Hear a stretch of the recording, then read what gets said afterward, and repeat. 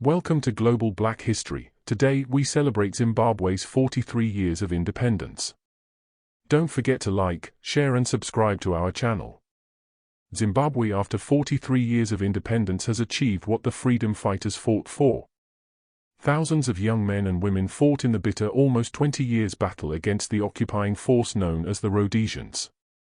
The Rhodesians came from England and occupied the land for 90 years. The battle for Zimbabwe was the longest battle ever fought for African independence.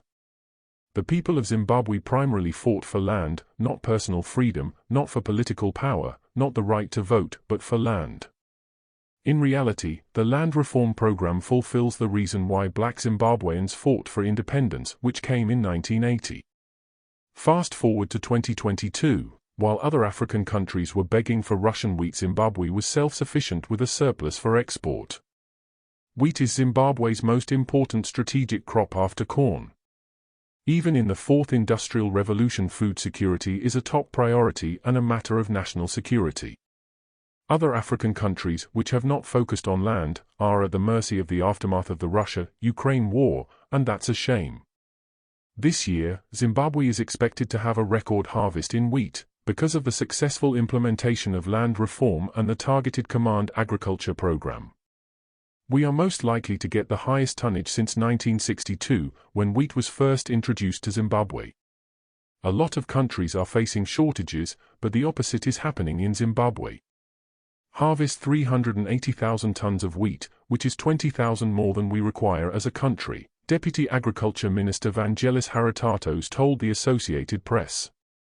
How did Zimbabwe become the breadbasket of Africa again? Zimbabwe's small-scale farmers are working together in economic groups known as clusters to benefit from economies of scale.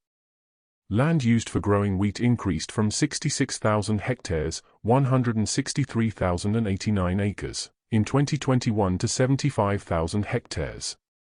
The government implemented the Targeted Command Agriculture Program, TCAP, commonly known as Command Agriculture, is contract farming scheme enlisting both the peasantries and the new small-scale capitalist farms, with funding support from domestic capital, Mazwi et al., 2019, and has provided much-needed capital to black farmers.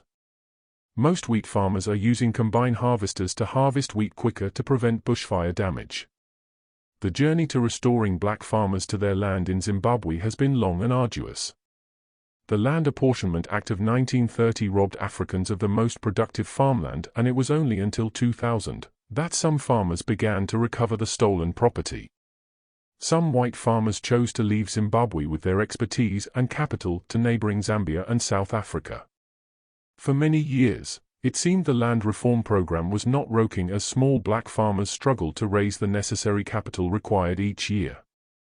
With the introduction of HEAT revised Command Agriculture program backed by government and private funding, output has drastically increased in the last few years. As Zimbabwe celebrates 43 years of independence, it is worth celebrating that indeed the citizens of Zimbabwe have what they fought for, their land.